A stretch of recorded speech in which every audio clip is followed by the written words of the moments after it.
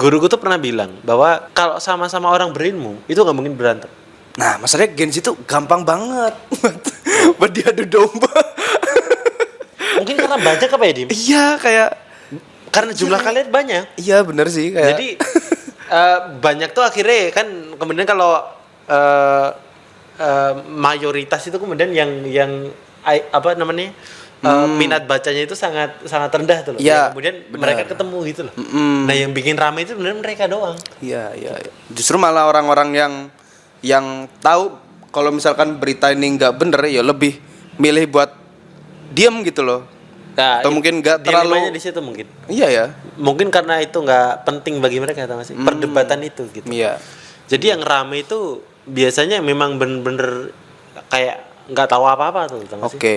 Akhirnya dengan keterbatasan itu ya mereka ngotot gitu. Tapi kalau dirimu pribadi, misal nih ketemu berita, misal Raja Ampat lah, mesti kan pertama muncul di IG kan, pokoknya platform short lah. Ya. Itu biasanya gimana? Ya udah tinggal wah percaya nih, apa cross check yang lain apa gimana? Bagiku pribadi ya, Kebiasaan. yang kayak gitu itu jadi referensi pribadi sih. Oke, berarti Karena- nggak harus di Karena share. sikap itu tak pikir letaknya itu nanti berada di kondisi-kondisi yang memang kayak tongkrongan kecil. Oke. Kemudian kita bersikap di statement kita, tahu gak sih?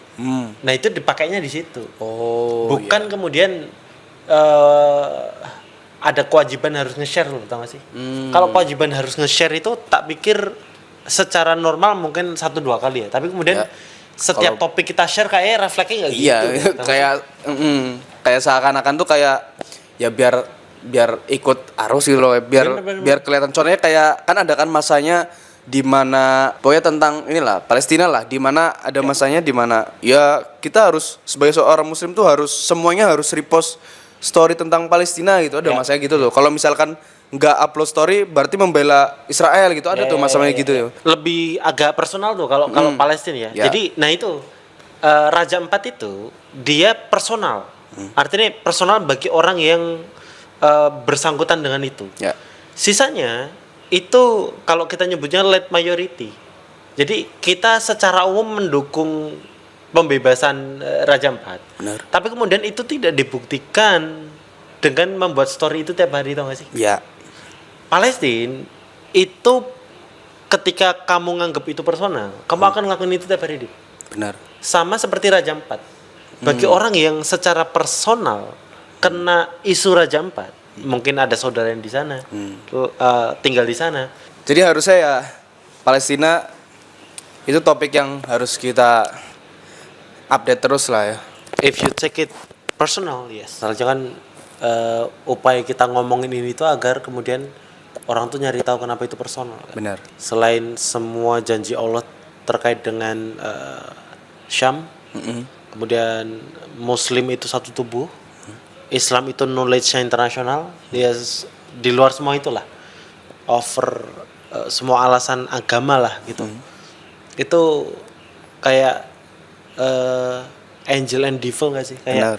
pertarungan abadi antara Israel sama Palestina itu kayak jelas loh kamu milih apa dulu.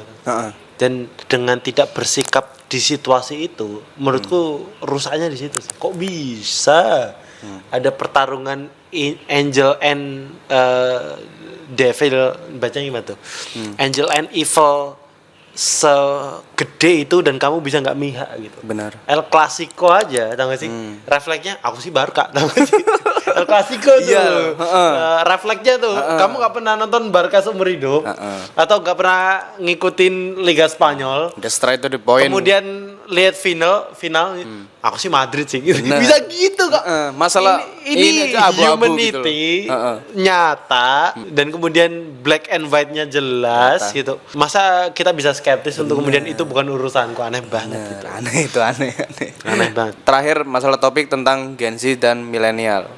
Kalau diminta ngasih satu wejangan, Ini dia. satu pesan atau apa kayak omongan apa gitu buat Gen Z, terutama Gen Z yang ya kalau Gen Z yang punya visi itu it's okay lah, udah kelihatan gitu loh. Ya.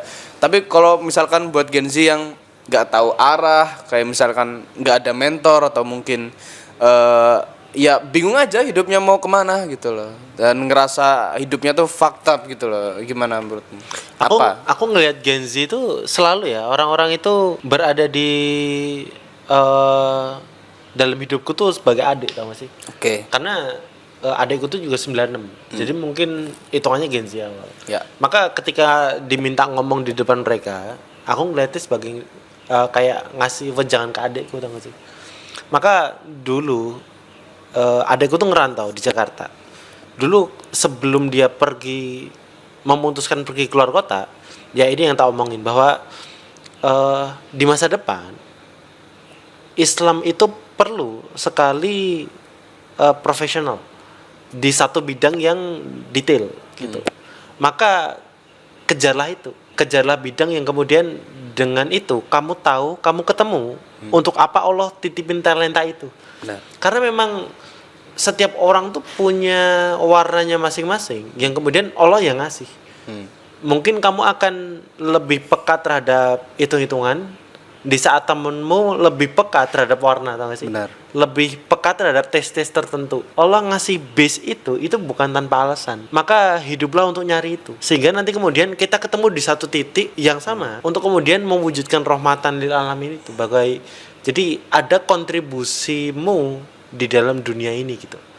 Nah, di bagian yang mana temuin? Karena harus dimulai dari Allah tuh nitipin apa ya Kak? Gitu. Untuk kemudian bisa tak kembangin, tak tajemin sehingga kalimat khairunas anfaul linnas itu sebaik-baik manusia dia yang paling banyak manfaatnya itu bisa ketemu di situ bahwa kamu bisa A, aku bisa B nih, kita bisa buat apa ketemu, ya? Nah, refleksnya harus ke sana sih. Karena tanpa kemudian kita ngulik Allah tuh maunya nyiptain aku di dunia itu apa, Ngapain ya kan? kita nggak akan punya ambisi tapi kan ya, kurang lebih gitu. Setuju lagi. Buat temen-temen gue yang kayak masih bingung ya mau ngapain atau mau kemana, ya cari sih.